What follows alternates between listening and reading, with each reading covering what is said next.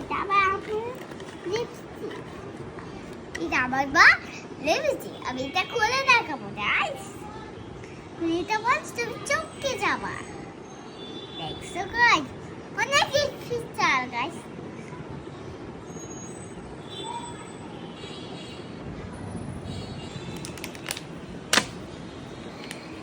হয়ে গেছে গাইস, দেখো এটা আবার পয়ো।